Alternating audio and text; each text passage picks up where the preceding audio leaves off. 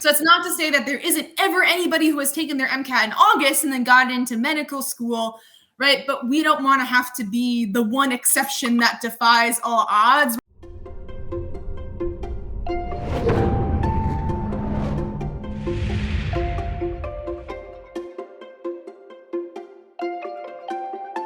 Nicole, back for some more MCAT podcasts. How you doing, my friend?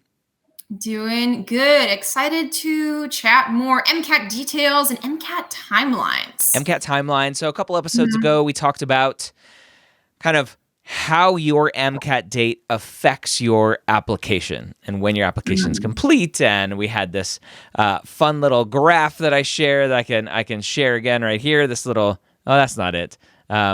Never mind. I had a graph from my iPad that was really cool. Here, I'll share it this way. This graph there that shows kind of when to take and not to take and whatever, just showing how those seats are diminishing through the application cycle. There are a lot of students who want to prep for the MCAT during the summer. They're home. They're not taking classes. It's the summer. Maybe they're doing a little research, some clinical experience, with the idea that they're going to take the MCAT in September or October. The MCAT is not offered in November or December or February for some random reason. They study during the summer, and then they have maybe a late August, a September date. What are your thoughts on students? Let's say right now, as we're recording this, it's 2023. Let's say they're planning to take the MCAT or prep for the MCAT. They're not going to open a book until they're done with their classes May 5th, right? Let's just random date out there. They're going to start prepping for the MCAT mid-May, June, July. They're going to take it in August, and then they're going to start working on their personal statement, their activity descriptions, start asking for letters of recommendations, applying this cycle coming up to start medical school in 2024. Let's start with that thought first of taking the MCAT that late and applying during the same cycle. Yeah. So my first piece of advice, if you are a student who is considering that, go back and watch that current episode because you will get a really in-depth explanation as to why that is probably, unfortunately, a really bad idea. Yeah. Rolling admissions is a thing. So if you are not taking your MCAT until I said August, September, you should probably push your application cycle back, right? Yeah. So it's not to say that there isn't ever anybody who has taken their MCAT in August and then got into medical school, right? But we don't want to have to be the one exception that defies all odds, right? We want to put the odds possible, not probable. Yeah. So we want to, like I said, set ourselves up for the most success, which means submitting our application early and having our MCAT score early. Like I said, what does early mean? You can go back and listen to that podcast, but essentially you want everything done by around mid-July, including having your MCAT score back, your application verified, your essays submitted, working on your secondaries, your letters of recommendation submitted, which for most students means that if you are looking to kind of take the MCAT right before you apply, that should look something more like a March or possibly a May MCAT date. So when we look at summer, there's technically nothing wrong with prepping during the summer. It's what is your thought process in terms of the application cycle? Yes. If you're in the same application cycle as the summer that you're prepping, probably not the best idea.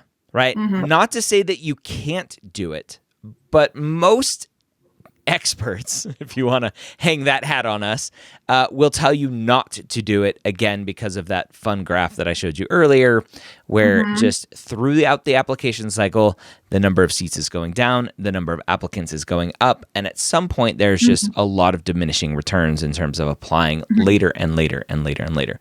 And applying, I mean having a complete application.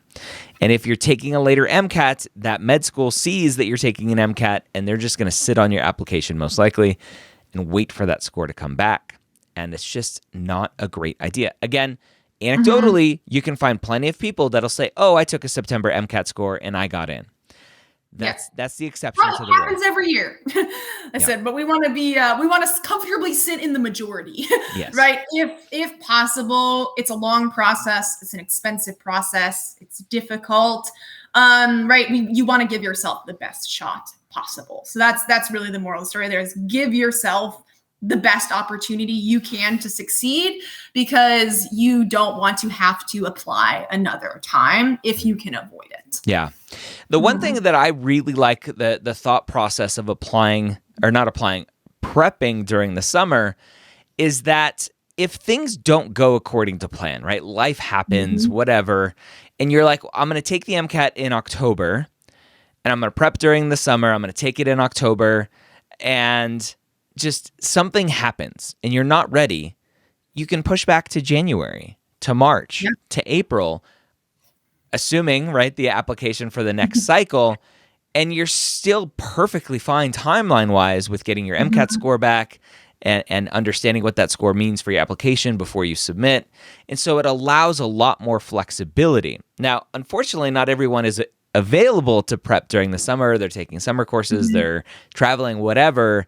So that's one of the things that I really like about thinking about that summer between junior and senior year of really, really prepping for the MCAT. Now, that assumes, again, that you're going to take a gap year, right? Yes. That's an automatic assumption, because to prep between sophomore and junior year, you probably don't have enough of the prereqs under your belt to prep effectively. Yeah. So for most students, so I studied over the summer. Listen, I am a huge proponent of, if you can, and not during your application cycle, studying over the summer for the MCAT. So I actually did study for the MCAT between my sophomore and junior years, which I was very aware of at the time, was quite early. I was lucky that for my school, it worked out that I had completely completed all of my prerequisite courses. Wow. By then, in part from coming in with AP credits, right? So this also depends on your school's policy, right? But then we also need to keep in mind, if you're using AP credits, make sure that we're taking upper level courses to replace those, make sure you're meeting med school requirements, check in with your schools, all of that good stuff. So there are those wacky students out there like myself who can actually study, I said, the summer between their sophomore and junior year. I actually wasn't originally planning on that. It was in part because of COVID, because I wanted to do a study abroad over the summer. And that summer, essentially, my study abroad was still canceled. It was canceled for like the third time due to COVID. And so I essentially had a realization over the period of 2 weeks that essentially my choices for me were either study for the MCAT obscenely early, or, choose to miss out on a study abroad, because I knew that I didn't want to study for the MCAT while also doing this summer program that I was interested in, right? So this is all about your scenarios. So biggest thing, right, is you got to complete your prereqs first. So there's a little bit of an asterisk on that, right? When I say complete your prereqs, there are some things that we can potentially self-study for or take concurrently. So if you didn't know, there's a lot of content on the MCAT. You're going to need Gen Chem. You're going to need physics. You're going to need bio. You're going to need orgo. You're going to need psychology. You're going to need sociology, and you're going to need biochemistry. I think I got all of those. And reading skills. That's usually we aren't taking specific classes for, although a lot of schools do require you to have some sort of writing intensive or other English-focused course as part of their prerequisites. Whether taking that course at your university is going to help you in the CARS section is an entirely different discussion, and one that we couldn't answer. But it's, like I said, so you have to have completed those courses. So for some students, like I said, students will take courses concurrently while studying for the MCAT. So like, let's say you started studying in April or something, right? But your semester isn't over until May, right? So maybe you're finishing up biochemistry as you're starting to prep for the MCAT. I find biochem tends to be one of those last lingering courses because a lot of schools have Orgo 2 as a prerequisite, right? So if we think about kind of like the prototypical college schedule, your freshman year, right, you take Gen Chem 1 and Gen Chem 2, and then that qualifies you your sophomore year, right, to take Orgo 1 and Orgo 2. And then the first semester of your junior year, right, potentially you take biochemistry. So if you want to study that, like I said, that really early summer, essentially there needs to be a way for you to get that biochemistry done before then. Biochem is one of those subjects that I would not recommend you self-study for. It is really big. Subjects that are more common to self-study for, psychology and sociology. A lot of students it takes more work, right? But you can definitely be successful self-studying for psychology and sociology. And I think to a lesser extent, physics too, because the MCAT is more physics 1 heavy. Dr. Gray, is this kind of in line with the students you've talked to in terms of, what can I skip? What can't I skip? Possibly Orgo 2 as well, if that's not required. Yeah. Physics 2 definitely seems to be across the board. Everyone says Physics 2 is probably not worth it. And obviously we're talking semesters and not quarters. And so if you're in a quarter system, I'm sorry, it makes it much more complicated to have this discussion. Yes. But yeah. Yeah. So every school is going to be different, right? So you really need to take a look at what your, or for example, like at my school, I took physics 2 concurrently while studying for the MCAT, but I had also actually taken the AP equivalent of that course. So I was kind of retaking it anyways. And so, for example, like taking physics 2 concurrently, I'm never going to be worried. If a student says that to me, I'm like, yeah, you're fine. You're going to be fine. Like I said, but once you have your prereqs done, it's kind of open season in terms of when you can take your MCAT. Like I said, so it's all about finding that best time for you. The reason we're kind of focusing on summer in this episode is because a lot of students have less commitments during the summer, right? Like Dr. Ray, you might be just working part-time, right? Or like me, you might have been taking half-time classes, half-time studying for the MCAT. So a lot of students have more flexibility in their summers versus, when it's the semester, you're in your research lab or you're in clubs or you have, this thing and that other thing. So something I mentioned in our last episode that I want to emphasize here is, once you have your prereqs done, like I said, asterisk there, I think trying to be strategic and when you study when you have the most time and the most flexibility can make a big difference, right? Not only in your score, but also just how stressed you are while you are studying. Like having time to rest in the midst of your prep. Something, right, we don't want to have too much, right? We don't want to be slacking off, but we also have to avoid burnout. And this requires like you to have quite literally enough hours in your week to make the math work. When it comes to the summer, again, I think the idea is there's typically less responsibility. And so theoretically, it makes it easier to do all of the things necessary to prep for that. And again, between summer and between sophomore and junior year, definitely a lot harder depending on your specific situation and institution and all the credits. Not nearly as common. Yeah, not as common because you just don't have those prereqs done yet. But between junior and senior year, again, more common. And it gives, unfortunately, an automatic, again, based on our recommendations, an automatic gap year because you're not going to apply until your senior year instead of applying during your junior year to medical school. So you would you would be applying your senior year, and during the application cycle, remember, it takes a year to apply to medical school. That's when you've graduated and you click submit on your application and you're doing whatever gap year activities that you're doing. And like Dr. Gray mentioned as well, right? Let's talk about this. Like I said, one gap year, except once again, it's becoming very common, almost the new normal for pre-med students and for like a lot of schools. Lots of medical schools, that talked about, listened to a podcast earlier today. It said 75% of their students, incoming first year class, had taken one or more gap years. It's becoming, it's very common now. Yeah.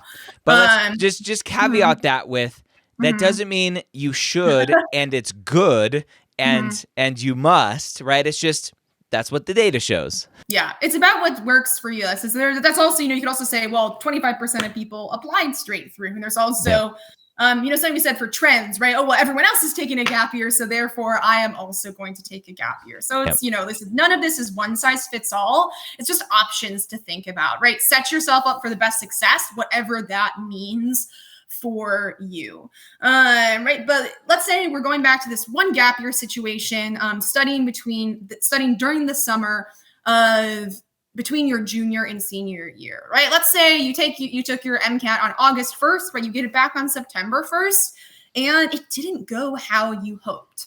Right now, what you have is you have the gift of flexibility, right?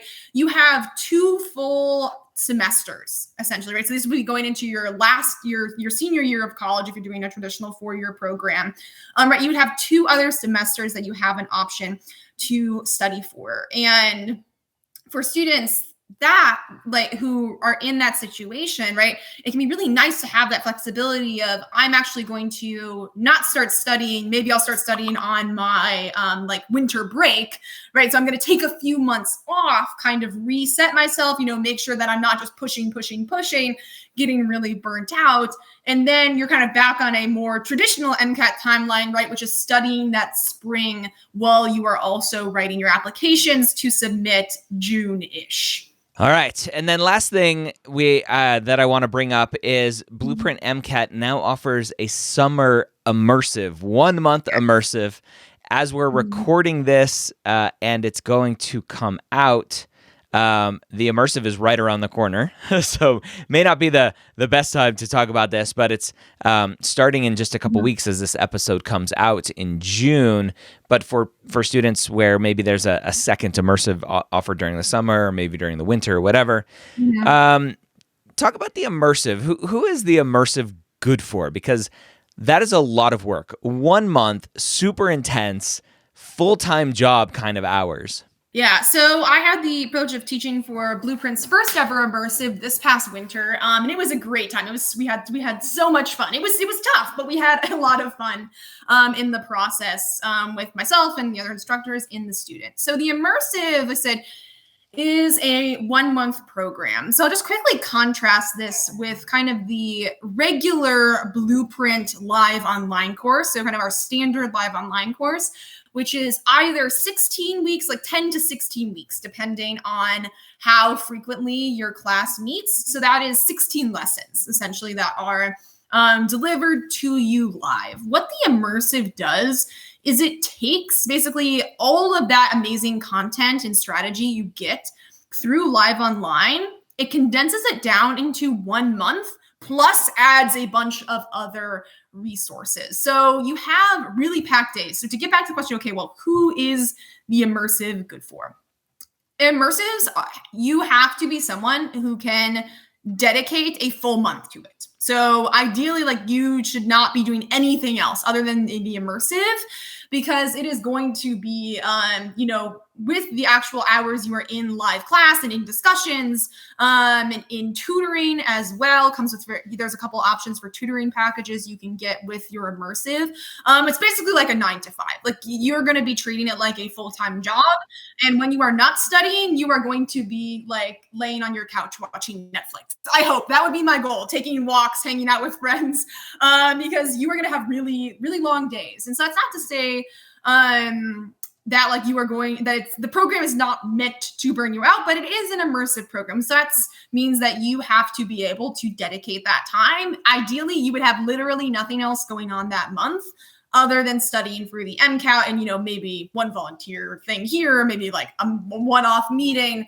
But it's really for students who can dedicate that time. So if we're thinking about, our student who is taking one gap year, in studying in between that summer between junior and senior year, if you finish your semester in May, then you can do a month-long immersive in June and get the MCAT over with essentially by midsummer. So you still have more time to dedicate to other items. The immersive is designed to get you fully ready for the MCAT. So you could literally take the immersive, study for 4 really intense weeks, and then take the MCAT right after. A lot of students will also choose to use it to kind of jumpstart their studying, So they do a month of the immersive and then a month or 2 of kind of independent additional studying following that up. Like I said, and having the summer immersive in June gives you a lot of flexibility to do that, to really dive in, get like a humongous, really amazing jumpstart on your application or on your studying rather. And then, have that flexibility to choose when throughout the summer you want to actually take that test. So there's lots of content sessions. We have small groups where we work together on problems. I said all of the amazing strategy and content that makes our live online course really great. It's kind of it's like the best of Blueprint rolled into one crazy month. But like I said, it is a lot of fun, very lighthearted. It's also a very close-knit group. By the end of the month. So you really have a community, like I said, not only of your instructors, but your other students to kind of be there, to lift you up, to support you. So you're not going through the process alone, which can be really tough. Lots of students do it. But having that sort of MCAT community is really valuable as well, I think. So you can learn more on Blueprint's website, but that's just a little bit about the Immersive. We are also tentatively planning to offer one in the winter. So that was the one I previously taught for. It's kind of over, I said, that winter break that a lot of students have that's a month long. So you can take a similar approach there. So there's lots of options out there if you are interested in a course.